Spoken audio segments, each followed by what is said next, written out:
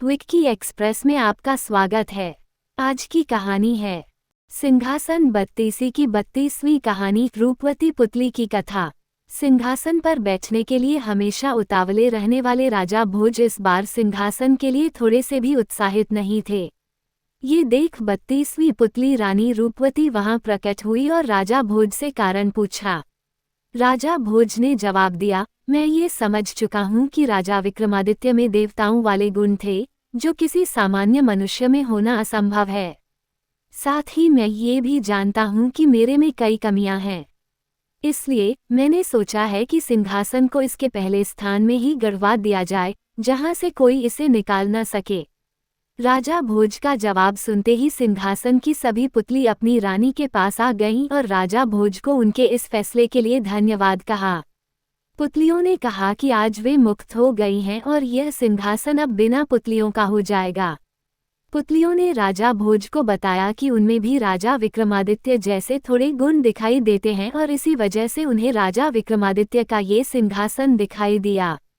पुतलियों ने राजा भोज से ये भी कहा कि आज से सिंहासन के गुण फीके पड़ जाएंगे और यह भी धरती की अन्य वस्तुओं की तरह पुराना होकर नष्ट हो जाएगा। इसके बाद सभी पुतलियों ने राजा भोज से जाने की आज्ञा ली और आकाश में विलीन हो गईं। इसके बाद राजा भोज ने मजदूरों को बुलाकर एक बड़ा गड्ढा खुदवाया और मंत्रों का पाठ करके सिंहासन को जमीन में गड़वा दिया। उस स्थान पर फिर वैसा ही टीला बनवाया गया जिस पर बैठकर चरवाहा अपने फैसले सुनाया करता था, लेकिन अब ये टीला पहले वाले की तरह चमत्कारी नहीं रहा। कहानी की समाप्ति से जुड़ी एक अन्य कथा। सिंहासन बत्तीसी को गड़वाने के बाद सिंहासन का क्या हुआ, इसका जिक्र कहानी की समाप्ति से जुड़ी एक कथा में मिलता है, जो इस प्रकार है। राजा विक्रमादित्य के सिंहासन को गाड़कर और उस पर टीला बनवाए काफी वर्ष बीत चुके थे। टीले को देखने के लिए दूर दूर से लोग आते थे। इस बात को सभी लोग जानते थे कि इस टीले के नीचे चमत्कारी सिंहासन दबा हुआ है। इस बात के बारे में चोरों को भी पता चल गया था। चोरों ने एक दिन सिंहासन को चोरी करके उसे बेचने की योजना बनाई। योजना के तहत कई महीनों तक उन्होंने टीले से कुछ ही दूरी पर एक सुरंग बनाई जो सीधे सिंहासन तक जाती थी। चोर सिंहासन तक पहुंच गए और वहां से सिंहासन को बाहर निकालकर एक सुनसान जगह पर ले गए। चोरों ने सिंहासन को तोड़ने की बहुत कोशिश की, लेकिन तोड़ नहीं पाए। सिंहासन को हथौड़े से भी तोड़ने की कोशिश की गई, लेकिन प्रहार करते ही सिंहासन में से चिंगारी निकली और तोड़ने वाले के हाथ जख्मी हो गए। चोर फिर भी लगातार सिंहासन को तोड़ने की कोशिश करते रहे, क्योंकि सिंहासन में जड़े कीमती हीरों का लालच वो छोड़ नहीं पा रहे थे। सिंहासन पर लगे सोने की चमक को देखकर चोरों ने सोचा कि अगर वो इस सोने को बेच देंगे तो उनके पास बहुत सारा धन आ जाएगा और उनकी आने वाली पीढ़ी को कुछ काम करने की जरूरत नहीं पड़ेगी। लेकिन सिंहासन को नुकसान पहुंचाने की चोरों की हर कोशिश नाकाम रही। सिंहासन को तोड़ने के चक्कर में उनके हाथ चिंगारी से जल गए। चोर थकान के कारण चुपचाप बैठकर सोचने लगे और सोचने के बाद उन्हें लगने लगा कि सिंहासन में भूत है। चोर आपस में बात करते हुए कहने लगे कि सिंहासन में भूत होने की वजह से ही राजा भोज ने इसे अपने पास नहीं रखा और इतनी कीमती चीज को जमीन में गाड़ दिया। चोरों ने सिंहासन को छोड़ने का सोचा, तभी चोरों के सरदार ने कहा, अगर सिंहासन को तोड़ नहीं पा रहे हो तो इसे दूसरी जगह ले जाकर बेचा जाएगा। अपने सरदार की बात सुनकर चोरों ने सिंहासन को कपड़े से ढक दिया और दूर राज्य के लिए रवाना हो गए। वे सिंहासन को लेकर एक ऐसे राज्य में पहुंचे जहां कोई राजा विक्रमादित्य के सिंहासन को बारे में जानता नहीं था। चोर जौहरी के वेश में राज्य के राजा से मिलने गए और राजा को हीरे मोती से जड़ित सिंहासन को दिखाते हुए कहा कि वे बहुत दूर रहते हैं और उन्होंने अपना सारा धन इस सिंहासन को तैयार करने में लगा दिया। राजा ने उनकी बात सुनने के बाद हीरे के व्यापारी को इस सिंहासन की जांच करने के लिए कहा। राजा के आदेश के बाद सुनारों और जौहरियों ने सिंहासन की जांच करने के बाद राजा को इसे खरीदने के लिए कहा। राजा ने सिंहासन का अच्छा खासा मूल्य देकर खरीद लिया।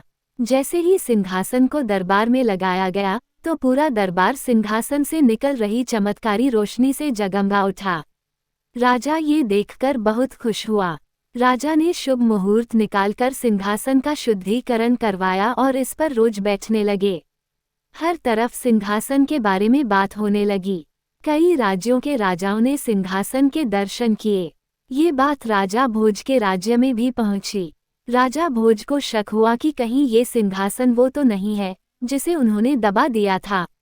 राजा भोज ने तुरंत अपने सैनिकों के साथ इस बारे में बात की और मजदूर बुलाकर टीले को खुदवाने का आदेश दिया।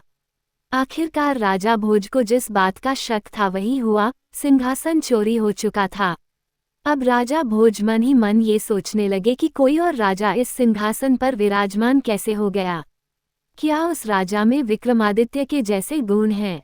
अपने सवालों का जवाब जानने के लिए राजा भोज उस राज्य की ओर रवाना हुए। राजा भोज लंबी यात्रा तय करने के बाद उस राज्य के राजा से मिले। राजा भोज का खूब आदर सत्कार किया गया और यहाँ आने का कारण पूछा गया। राजा भोज ने सारी बातें राजा को सच सच बताई। राजा भोज की बातों को सुनकर राजा सोच में पड़ गए और कहा, मुझे किसी भी तरह की तकलीफ नहीं हुई इस सिंहासन पर बैठने में।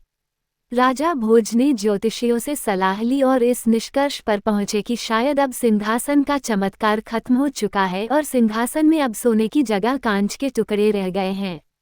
सिंहासन खरीदने वाले राजा को ज्योतिषियों की बात पर भरोसा नहीं हुआ। राजा ने कहा, सिंहासन लेने से पहले जौहरियों से इसकी अच्छे से जांच की गई थी। फिर जब दोबारा इस सिंहासन की जांच करवाई गई तो पता चला कि सिंहासन की चमक फीकी पड़ चुकी है और सिंहासन में हीरे मोती नहीं बल्कि अब कांच के टुकड़े लगे हैं। राजा ने अपने पंडितों से सिंहासन को ठीक से देखने के लिए कहा। सिंहासन को देखने के बाद पंडितों का कहना था कि इस सिंहासन का चमत्कार अब खत्म हो चुका है, क्योंकि यह सिंहासन शुद्ध नहीं रहा। पंडितों ने कहा कि अब इस अपवित्र सिंहासन का शास्त्रों के अनुसार विधि विधान के साथ अंतिम संस्कार कर देना चाहिए। इस सिंहासन का समापन जल में कर देना चाहिए। राजा के आदेश पर सिंहासन को कावेरी नदी में प्रवाहित कर दिया गया। इसके बाद कई राजाओं ने सिंहासन तक पहुंचने की कोशिश की, लेकिन सिंहासन किसी के हाथ न आया। वहीं कई लोगों का विश्वास है कि यह सिंहासन उसी को मिलेगा जिसके अंदर राजा विक्रमादित्य जैसी खूबियां होंगी।